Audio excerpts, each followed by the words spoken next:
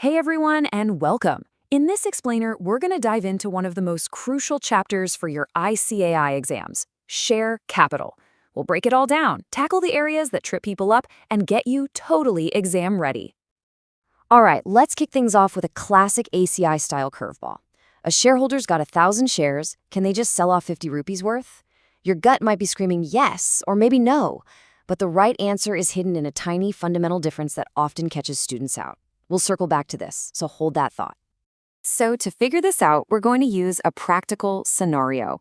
Let's meet the founders of InnovateX Ltd. They've got a fantastic idea, and they need to raise some serious capital. But here's the catch. They need the money, but they absolutely refuse to give up majority voting control of their company. So how do they do it? You're the advisor here. Let's find the solution right inside the Companies Act. Okay, so the very first step, both for advising InnovateX and for nailing your exam, is to master the basics. Let's nail down the fundamental difference between a share and stock. Getting this right, it's absolutely crucial for scoring well. So, what is a share, really? Well, Section 284 gives us the official line. It's a share in the company's share capital. But a better way to think of it is like this. If the company's total capital is one big cake, a share is the smallest possible slice of that cake you can get. It's your little piece of ownership. But wait, there's more to it. A share isn't just a slice of cake. A landmark case clarified something really important. It's not just a sum of money. It's an interest in the company. And that interest comes with a whole bundle of rights and, liabilities too. The right to vote, get dividends, go to meetings, it's all wrapped up in that one little share. Okay, so what about stock? Now, the Act is a little tricky here because it says the definition of share includes stock. So what does that mean? Well, stock is basically what happens when you take a whole bunch of fully paid up shares, throw them all together, and just treat them as one big lump sum of money. It's a consolidated fund of shares. This table here, this is your cheat sheet. This is where the marks are, and this is exactly where ICAI loves to twist things. Pay close attention to that issue row. Shares are issued right from the start, but stock, nope. It can only be created by converting shares that are already fully paid up. And check out the payment row. Shares can be partly paid, but stock has to be fully paid. So let's jump back to our opening question.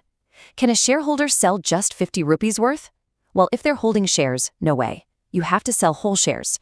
But if those shares have been converted to stock, then absolutely yes, you can sell off any fraction you like. See, that's the exam trap. All right, let's get back to our company, InnovateX. They get the basics now. So, as their advisor, you've got to lay out their first big decision in their funding journey. Are we going with preference shares or equity shares? Section 43 of the Companies Act keeps it simple. It says a company can have two kinds of share capital. That's it, preference and equity. Let's break down what each of these really means for our founders. Okay, preference shares. The easiest way to think about these is like a VIP ticket to the company's money. Why VIP? Well, it all comes down to two huge preferential rights. First, dividends. When the company decides to pay out dividends, these guys get their cut before any of the equity shareholders see a single rupee. Second, if the company unfortunately has to wind up, they get their original investment back first before the equity guys get anything. So they're front of the line for both profits and capital. Now, this slide is super important for your exam, so listen up. There are three key things you just have to assume about preference shares, unless you're told otherwise. One, they're always presumed to be cumulative. If the company can't pay a dividend this year, it doesn't just disappear, it piles up, it accumulates and has to be paid next year. Two, they're presumed to be non-participating. This means they get their fixed dividend and that's it. They don't get a piece of any extra surplus profits, unless the company's articles specifically say they can. And three, a little detail, but it can catch you out. Any special rights these shares had from before the 2013 Act, those are still protected. These presumptions are gold for case studies. Okay, pop quiz time. Let's see if you've got it. Could a company like InnovateX be formed with only preference shares? No equity shares at all, just preference. What do you think? The answer is a hard no. And the logic is actually pretty simple when you think about it. The word preference means you have rights over someone else. You're preferential to something. So who's that someone else? It's the equity shareholders. If you don't have any equity shareholders, who are you getting preference over? Nobody. The whole concept just falls apart. You've got to have equity capital if you want to issue preference capital. So it looks like preference shares aren't the magic bullet for the founders of InnovateX. They still need to keep control. And that brings us to equity shares, and a very, very special type of equity share that might just be the solution they're looking for. Right. Equity share capital. The law defines it pretty simply. It's all the share capital that isn't preference capital. Easy. These are the true owners of the company, the ones holding the owner's key. Normally, it's one share, one vote. Simple. But the law allows for a second really interesting flavor, equity shares with differential rights, or DVRs for short. And these can have different rights when it comes to dividends, or, and this is the game changer for InnovateX, different voting rights. This could be it. This could be the key. Now hold on. Issuing DVRs isn't as simple as just deciding to do it. A company has to follow a really strict checklist under Rule 4. I want you to think of this as your personal ICI exam checklist. If InnoveX wants to issue these DVRs, they have to tick every single box. Let's walk through it step by step. Okay, step 1 is all about getting the right permissions in place. First, the company's rulebook, the Articles of Association, has to explicitly say, yes, we can issue DVRs. If it's not in there, it's a no-go. Second, they need the shareholders to agree by passing an ordinary resolution. And third, and this is a number you absolutely have to remember for your MCQs, the total voting power held by all the DVR holders can't go over 74% of the company's total voting power. 74%. Step 2 is a big one. It's all about having a squeaky clean record. This is where a lot of companies get stuck. The company can't have any defaults in filing its annual accounts or annual returns for the last 3 financial years. And even more importantly, there can't be any subsisting defaults. That means ongoing defaults in paying out things like declared dividends, repaying matured deposits or debentures, or redeeming preference shares that are due. And the checklist continues. The company also can't have defaulted on paying dividends to its preference shareholders, repaying loans to banks or financial institutions, paying its employees their statutory dues, think Provident Fund, or transferring money that's supposed to go to the Investor Education and Protection Fund. Basically, the company has to be a model citizen with a perfect track record of paying its bills on time. And finally, step 3, the penalty-free rule. For the last 3 years, the company must have a clean slate, no penalties from any court or tribunal for breaking the rules under these major financial laws, the RBI Act, the SEBI Act, the Securities Contracts Regulation Act, FEMA, or any other special act from a sectoral regulator. It's a really important condition, so make sure you know these acts. Okay, everyone, pause. Eyes on this slide. This is a massive, massive exam trap. A company cannot, I repeat, cannot just take its existing regular equity shares and say, poof, now you're DVRs. And it can't go the other way either, changing DVRs back into normal shares. This prohibition on conversion is absolute. You can only issue DVRs as a fresh issue. I guarantee you, ICI loves to test this point. Don't fall for it. Just to wrap this section up, there are a couple of final compliance points. The notice that goes out for the shareholder meeting, it has to come with an explanatory statement that gives all the nitty-gritty details about the DVR issue. Then, after the issue is done, the directors have to put specific details in their board's report. Oh, and one quick historical note, if a company issued DVRs under the old 1956 Act, the old rules still apply just to those specific shares. And there you have it. We've solved the puzzle. By carefully following this legal checklist, our founders at InnovateX can issue a whole new class of shares to new investors, shares that might have fewer voting rights or even no voting rights at all. This lets them get that crucial funding while they get to hold on to their original shares with superior voting rights. And boom, they keep control of their company. Problem solved. So, picture this. You're sitting in the exam hall and you get this question. A company is totally broke. They have to redeem their preference shares. The due date is here, but there's zero cash. Game over for them, right? What can they even do legally? Now, this is a classic ICI problem-based question. And trust me, this is exactly where a ton of marks get lost if you don't know the very specific escape route the law provides. So how do we crack this problem? Well, the answer is right there in Section 55, specifically subsection 3. See, the law is smart. It actually knows this kind of thing can happen and gives companies a really clear step-by-step way out when they're stuck. Okay, so if a company finds itself in this mess, the law gives them this 4-step escape plan. Step 1 is pretty obvious. The company has to actually be unable to pay up. Step 2, they can offer to issue new redeemable preference shares to the same shareholders, and the value has to be exactly what's due, principal plus any unpaid dividend. Now, step 3 is a big one. You got to pay attention here. They need to get consent from the holders of 3/4, that's 75%, in value of those shares. And finally, step 4, they have to go and get approval from the tribunal. And let me be clear, you can't skip a single one of these. They are all absolutely mandatory. And this is where it gets really interesting. It's like a bit of legal magic. Once all 4 of those steps are done, the law says the original shares are deemed to have been redeemed. It's what we call a legal fiction, right? I mean, no actual money has moved, but in the eyes of the law, that old debt is gone, it's settled. And that phrase, deemed to have been redeemed, that is a keyword that ICAI will be looking for in your answer. You have to write it. But you might be thinking, hang on, what about the shareholders who said no? Great question. What happens to that minority group who didn't agree to take new shares? Well, the law doesn't just forget about them, it's super clear on this. When the tribunal gives its stamp of approval, it will also order the company to pay out those dissenting shareholders forthwith. And forthwith means right now, in cash. Let's make this real with an example. So we have Bell Homes Furniture Ltd. They managed to get consent from 93% of their preference shareholders, way more than the 75% they needed.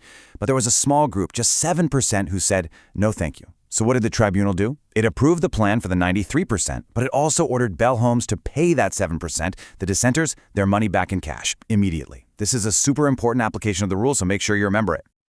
Okay, just a quick but really important sidebar on the Capital Redemption Reserve Account, or CRR. This comes from subsection 4. So when a company redeems its preference shares out of profits, it has to move an equal amount into the CRR account. Now, here's the kicker, and why this is a classic MCQ question. This account can be used for only one thing. What is it? Issuing fully paid-up bonus shares to members. That's it. Nothing else. Remember that. All right, let's switch gears now to another huge topic, Section 56. This section is all about the transfer and transmission of securities, and we're mostly talking about physical shares here, not the DMAT stuff. So yeah, this is all about getting the paperwork right. So subsection 1 gives us 5 conditions that are totally non-negotiable for a valid transfer. Think of it like a checklist. 1. It has to be signed by both the person selling and the person buying. 2. It needs all the details of the new owner, name, address, the whole shebang. 3. It has to be properly stamped and dated. 4. It must be in the right form, which is Form SH4. And 5. You have to deliver this form, plus the share certificate, to the company within 60 days of signing it. If you miss even one of these, the transfer is basically void. Okay, now listen up. This is a big exam tip. Here comes a proviso that ICAI just loves to use to create tricky questions. What happens if that SH4 form gets lost? The proviso to subsection 1 says the board of directors can still register the transfer, but they can ask for an indemnity. So what's an indemnity? It's basically a promise. The transferor or transferee says, hey, if this causes any trouble later, like if the original form shows up, we promise to cover any loss the company suffers. It's like an insurance policy for the company. All right, now for a real classic exam trap, transferring partly paid up shares. You have to be careful here because the law adds an extra layer of protection. So, here's the deal. When someone is transferring shares that aren't fully paid, the company has to protect the person who's about to receive them. And why is that? Well, because the new owner is on the hook for any future calls for money on those shares. So the law makes the company send a notice, that's Form SH5, to the new guy. And that person gets 2 weeks, just 2 weeks, to object and say, whoa, hold on, I didn't sign up for this liability. Let's look at this example with Himanshu and Shefali. Shefali wants to transfer 500 partly paid shares to Himanshu. The company shoots Himanshu a notice on August 7th. That's when the 2-week clock starts ticking. So Himanshu has until August 21st to say something. If he doesn't object by then, if he just stays quiet, the company will assume he's okay with it and go ahead and register the transfer. Okay, the quick one here on government companies. They get some special treatment. If it's a government nominee transferring securities, you can forget all about that Section 56(1) paperwork. It's a total exemption. And for bonds issued by a government company, it's a partial exemption. You don't need the whole transfer deed. Just a simple note to the company is good enough. Just some special rules to keep in your back pocket. Okay, everyone, focus up for this next bit because it is absolutely critical. It's one of the most basic but most confusing concepts in this whole chapter.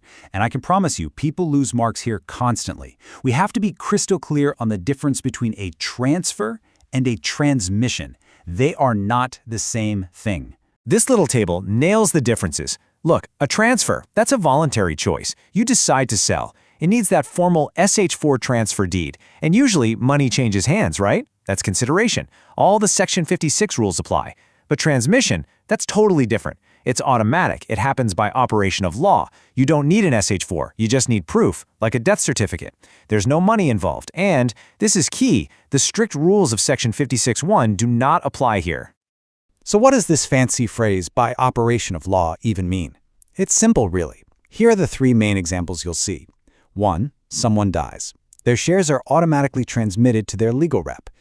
2. Someone becomes insolvent. The shares go to the official receiver. 3. Someone becomes mentally unwell. The shares go to their administrator. See? In all these cases, the ownership changes because of a major life event, not because someone decided to sell.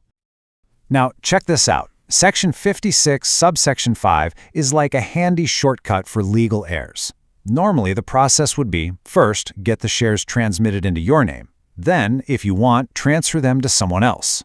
But this rule lets you skip a step. The legal rep can just directly transfer the shares to another person. And the law says that's perfectly fine. It's just as valid as if the shares were in the heir's name all along. And this example with Richa Daniel shows exactly how it works. Richa inherits shares from her dad. Now, instead of going through the hassle of getting them transmitted to her name first, she decides to just transfer them straight to her cousin, Stensley. So she fills out the transfer deed, signs it, and sends it off. And because of Section 56(5), this is a totally valid transfer. It just saves a bunch of time. Of course, she could have done it the long way. Get them in her name first, then transfer. Both paths are legal. Okay, we're on the home stretch now. Let's wrap this up with the final part, timelines and penalties. Look, this is pretty much pure memorization, but it's where you can snag some really easy marks, especially in MCQs and short answer questions. We're talking about the deadlines the company has to meet for delivering certificates. You're going to want to take a screenshot of this slide. You just have to memorize this table. So, for the very first shareholders, the subscribers to the memorandum, and for any new allotment of shares, the company gets 2 months. Easy.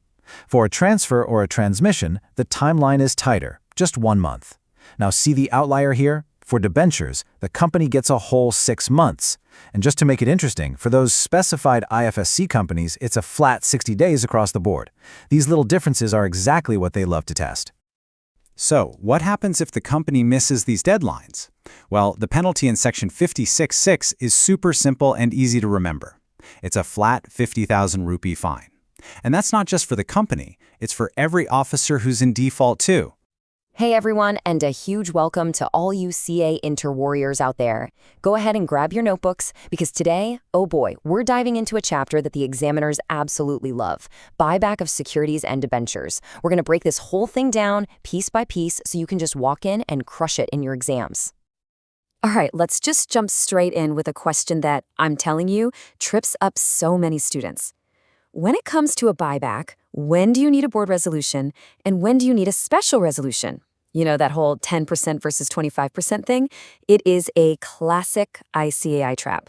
Getting this right is the key to grabbing some really, really easy marks. So stick with me, and I promise we're going to make this super clear. Okay, so to really get our heads around this, let's imagine a company. Let's call them Innovate Limited. They've had an amazing year. They're just sitting on this huge pile of cash, right? And they want to reward their shareholders. Now, one of the best ways to do that is to buy back some of their own shares. It bumps up the earnings per share, returns that extra cash. It's a great move. But here's the million-dollar question. Can they just, wake up one morning and decide to do it? No way. The Companies Act lays out a very, very strict path.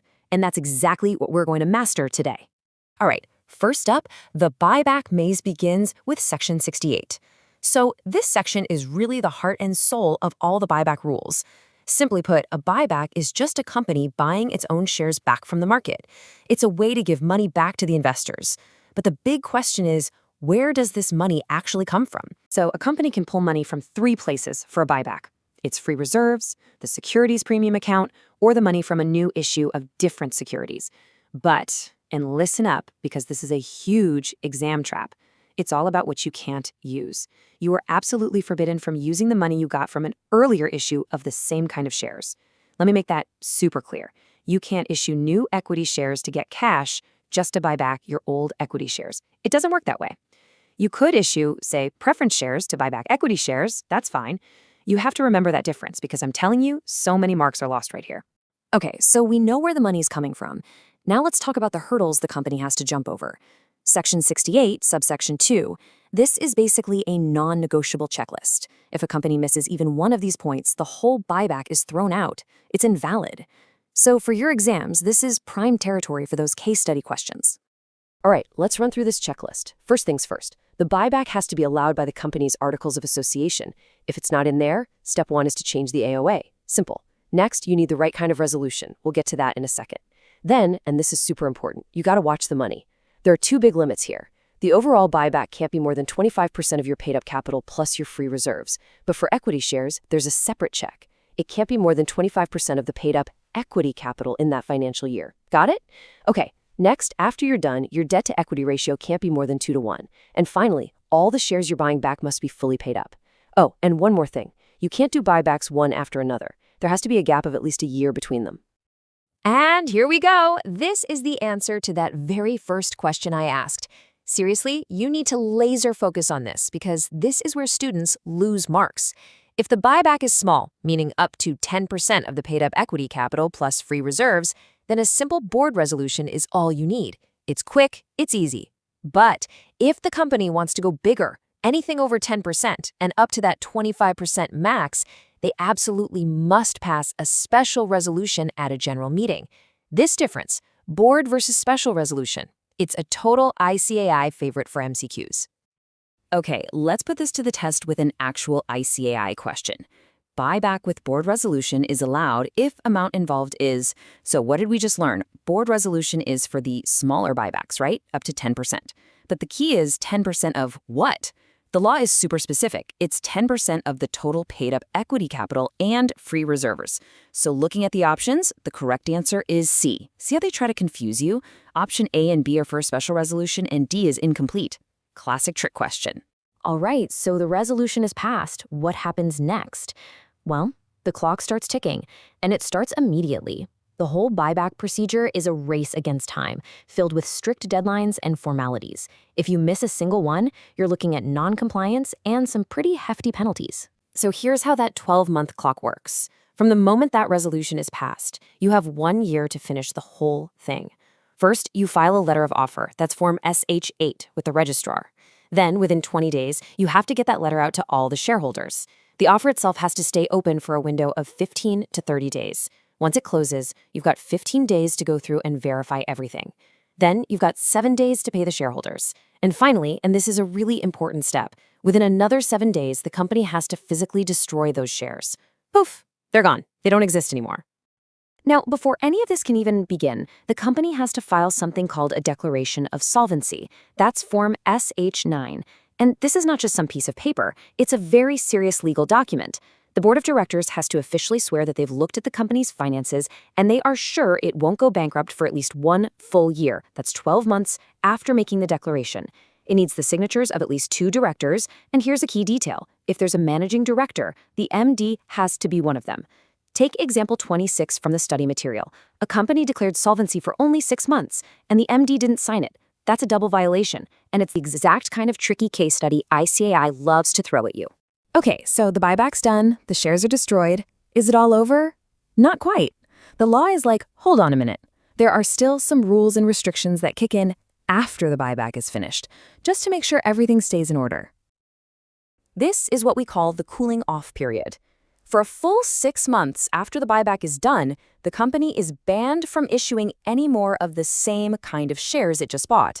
So if they bought back equity shares, they can't issue new equity shares for 6 months. Makes sense, right? But there are a few things they can still do. They can issue bonus shares, they can convert things like warrants or preference shares if they're already supposed to, and they can still do sweat equity or ESOPs. Those are the exceptions. And finally, we have the last bit of paperwork. It's all about records and reporting. The company has to keep a register of the buyback, that's Form SH10. Then, within 30 days of finishing everything, they have to file a return, which is Form SH11. And with that return, they have to attach a certificate, Form SH15, signed by 2 directors, basically saying, yep, we followed all the rules. And what if they don't? Well, the penalty isn't small. It's a fine from 1 lakh to 3 lakh rupees for the company and for every officer who dropped the ball. All right, let's move on to Section 69, and this is a big one, the Capital Redemption Reserve, or CRR. This is a super important rule, both for law and for your accounting papers. The whole point is to protect the company's capital. So here's how it works. If a company uses its free reserves or securities premium to buy back shares, it has to move money over to this special CRR account. And the amount it moves is equal to the nominal value of the shares bought back, not the price they paid, just the face value. And the CRR account, it has only one job. One, it can only be used to issue fully paid up bonus shares. That is it. Nothing else. So, quick pop quiz. True or false? A company can use its CRR to issue partly paid bonus shares. What do you think? The answer is a big fat false. Remember, we just said it can only be used for fully paid up bonus shares. It's a small detail, but it's exactly the kind of thing they'd ask to see if you were paying attention. So we've talked a lot about how to do a buyback. Now we need to talk about when a company is absolutely 100% forbidden from doing one. Think of Section 70 as a giant red stop sign. If a company hits any of these red flags, it doesn't matter how much cash they have. The buyback is a no-go. So what are these red flags? Well, a company can't use its subsidiary or an investment company to do a buyback. That's a big no. Also, and this is a major one, a buyback is banned if the company has defaulted on any of its major payments. We're talking deposits, debentures, preference shares, dividends, or even a bank loan. It's also banned if they've messed up their compliance, like not filing their annual return. But here is the critical exception, the part you absolutely must know for the exam. A default isn't a life sentence. If the company fixes its mistake, a 3-year waiting period starts. After those 3 years are up, they're allowed to do a buyback again. Example 27 in your material is a perfect case study of this. A company fixed its default, but then tried to do a buyback 2 years later. Nope, not allowed. They had to wait the full 3 years. Okay, we have officially gone through the A to Z of buybacks. Let's totally switch gears now and jump into the second half of this chapter, debentures, which is all about Section 71. This is a super common way for companies to borrow money. So, what in the world is a debenture? Well, the official definition in the Companies Act is pretty wide, but think of it like this. A debenture is basically an IOU from a company. It includes things like debenture stock and bonds, really any official document that proves the company owes someone money. And this debt can either be secured, meaning there's an asset backing it up, or it can be unsecured. Yeah, so the definition covers a lot of ground, including stock and bonds. Now, the law does say certain things aren't debentures, like some specific RBI instruments. But for your exam, the easiest way to remember it is just this. A debenture is a company's formal IOU. It's their official acknowledgement of a debt. So, what makes a debenture a debenture? Well, first, it's a loan. The person who holds it is a creditor, not an owner of the company. That's a key difference. They get their certificate within 6 months, and they get paid a fixed rate of interest on a regular basis. Now, here's a massive point of difference from a shareholder, and you need to remember this. Debenture holders get absolutely no voting rights. The law is crystal clear on that. Finally, a debenture is a movable property, and sometimes they can even be converted into equity shares later on if that was part of the original deal. Phew! We have covered a ton of ground today, right? From all those tricky timelines and limits for a buyback, all the way to what a debenture even is. So, for my last question to you, I want you to put on your examiner hat for a second. Think about everything we discussed, especially all those conditions in sections 68 and 70. Where do you think they would create the most complicated, twisty case study for your exam?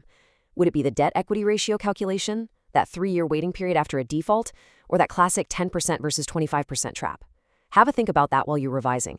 Keep up the great work, and I'll catch you in the next one.